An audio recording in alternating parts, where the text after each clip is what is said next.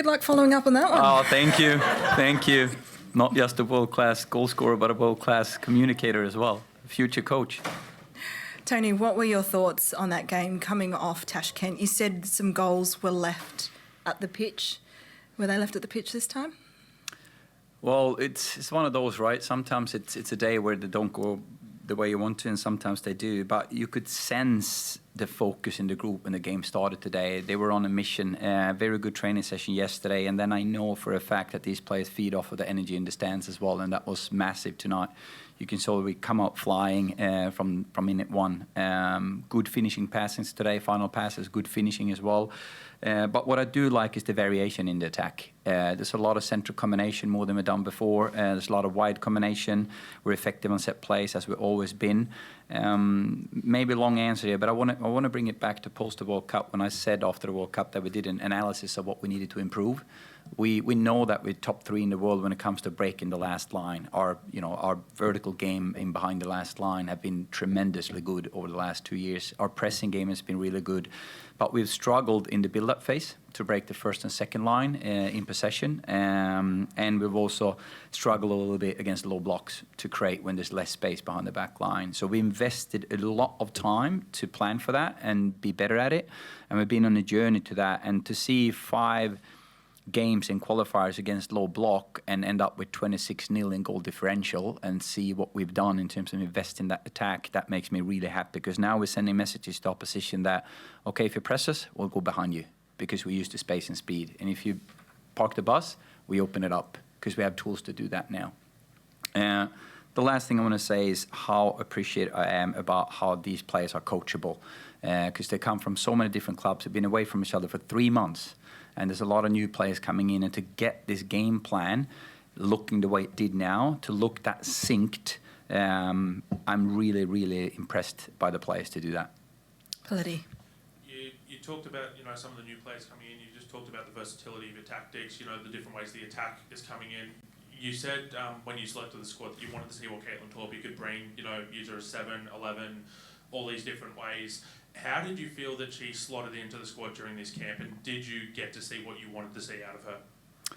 I got to see more, to be honest. I know she has quality. We've seen it in club. We've seen it in U23. She's selected based on performance. She's not in here to be developed. She's in here because she's ready to train in our environment. In the first 3 days, we were very positively surprised how quickly she adjusted to the tempo. Last time I saw a player do that quickly was when Claire Hunt came in a year ago. And you don't know that until they come into this environment, how quickly they can adjust to it, because it is a different level. And she did it, and that's why she started. It's not to try her out, to see what she played as a starter because she proved in training that she was ready for it. And I mean, today you see it as well. I think mentally she got that first game out of her system, and now she could relax and do what we saw in training. And really impressed, and also the fact that she's versatile and can be used in so many different positions. I mean, even as an outside back, she's floating in as a 10 like Ellie does, and she's smart in between the lines. She can play wide. Very impressed. Joey. Tony, congratulations on the win. Obviously a 10-0 win, it's a very heavy win. Interested you as a coach, how much can you take from a win like this against the side where clearly not on the same level as your team? What can you take? What do you have to discount? And maybe what do you look to build on heading into a game against Mexico, who just beat the US 2-0 with 38% of the ball? First and foremost, I want to thank Uzbekistan for the game. I mean, coming into halftime being down 8-0 and then going in the second half and see the morale and the team spirit they showed, I want to thank them for that, because I think that was impressive. A lot of teams might have given up at that point, but they didn't, and that's credit to them. And I hope they can look at this night not just as a 10-0 loss, but as an inspiration for future. So I want to say that first. Secondly, yes, it is a different level and different preparations in terms of everything from flights and jet lags and heat, declimation and resources and all that. But what I do say, though, from experience is we've seen before when you play lower-ranked teams that is well organized and work hard, that it's not easy to score 8 goals in 45 minutes. Even if you're 10-0 to goal in training, it's difficult to do it because the pass needs to be there, the quality in the finishing needs to be there. And if you look at Heyman's finishing here, that is not just because the opposition is what it is. That's because she is such a good finisher. That technique to finish, whether you're at that level or that level, it's just a quality. And I think that is no question that she can bring against top international ranked team. Can she bring the pressing intensity and the game out on the field when you have less time and space? I think that's the question mark for her. And that's why I'm so happy with the Mexico game, and also hopefully some really quality games in June to prep. And those camps are going to be used as development camp and go back to that process again and get one day better. Roy. Tony, you mentioned with Michelle you need to see the other parts of the game, you know, the pressing, the running, all those things. Can you sort of craft a role for her at the Olympics and play her for part of the game, use someone else another time? Is there other things you can do so you can get that finishing but maybe cover for what might not be there in her older legs?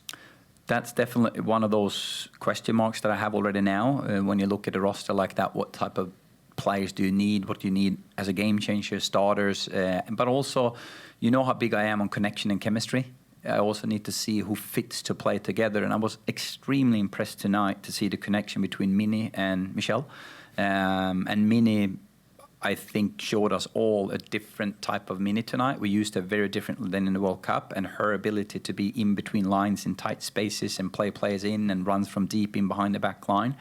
So for me, it's not just about the quality of one individual player, it's about the chemistry between players. So when I select a squad for Olympics, I might leave some players out of that roster that is better individually, but it's about building the best team, get the right players in the right position with the right mindset, and then have the chemistry out there. Anna. Tony, it felt like Mary Fowler was everywhere, especially in that first half, despite a lack of minutes at club time. Just your thoughts on her performance, and also Mary, I think Hayley's probably the other big one that they're not playing at club level. Yeah. How concerning is it for you? Do you look at players getting loans or anything, and just how do you handle it going forward? Well, first, as a national team coach, you obviously are not in control of that, whether it's loan or get playing time. That's a player selection, and the clubs do it. But what I am very, very impressed of is that there's a lot of players that have had lacked minutes coming into this environment, but they still perform. And that, I think, it's credit to the player, but I also think it's credit to our environment, because when you come in with maybe lack of minutes and form and maybe lack of confidence, but you come into this environment and you're valued, you trust the team, you trust the tactics, you know the tactics, and then you're able to perform with that limited minutes. But that also makes me a little bit less concerned, because I know they can still deliver performance in here. Would I love them to get more minutes? Of course I would, because that's how players grow and get better. So I would love to see more minutes. And I also think that club coaches watch international games, and I think a lot of our players with these two performances send some very clear messages back to clubs that I want to play. Okay, final 4 questions. Anna, Joey, and then 2 over here. Just Tony, the 4 subs at half time, and then we saw Charlie come on. Just curious about the rationale behind the subs, and we didn't see, say, a Chloe Lagazzo who was back in the environment. Didn't really see a Claire Wheeler. Just interested to get your thought process behind it. Yeah, obviously there's a limited amount of subs you can do. I wish I could look at more players. What I can say, though, that over these qualifiers, or including the Canada game, we've actually used 27 different players and 26 different starters. And that's more than we've ever done before in terms of rotations of players. So I'd rather focus on the ones that have been given the opportunity, and we have given a lot of players opportunity during this process to show what they can do. Whether a player comes on the park or not is based on the performance in training. We look a lot at what they can do in our environment, because it is different what they do in club and in our environment. And we look at how quickly they can adjust to tactics, how synchronized they are with the tactics, the connection with players. Can they do the intense game that we do and play that quickly, quick in the thought, quick on the feet with the ball? So the players that did play is based on what we've seen in training, and also some question marks that we want to get answered before an Olympic roster is going to be selected. Also a little bit load management, to be honest. Some of the players that was taken off has also to do with load management. Joey. Tony, just wondering a bit, you mentioned before about the international windows, what your plans are for the months ahead, because you've got 2 international windows coming up, and I presume you're going to name the squad before the July international window, so 4 potential games coming up. Do you want to play, how many games do you want to play in that time, what the players need to be doing during that time, and What's your plans? I mean, are you going to be scouting in Europe? Are you going to stay and watch some A-League women? What are you planning on doing? Joey, that's like 6 questions in one. It's a mix of all that. I'm actually heading up to Central Coast this week, where I have my team manager, my sports science based, and we're going to have Olympic planning. We've said we want to kind of park that a little bit until we qualify, because we don't want to have a half a foot with it, like focus on qualifying first. I didn't want to jinx it either. I just want to focus on this qualifier. We do have some ideas of what we want to do. In terms of games, it's almost limited. You have the national team days that you have, and you try to make the most out of it. We always look at playing different type of opposition. We want to play away and home. I'm going to use those games, though, to check back into the process. Where are we? What do we need to do from a core group standpoint, meaning there's limited minutes to prepare the core group of players that I know is going to go to the Olympics, and they need the games, but maybe also I need to look at a few players to make decisions. So finding that sweet spot and that balance is going to be key.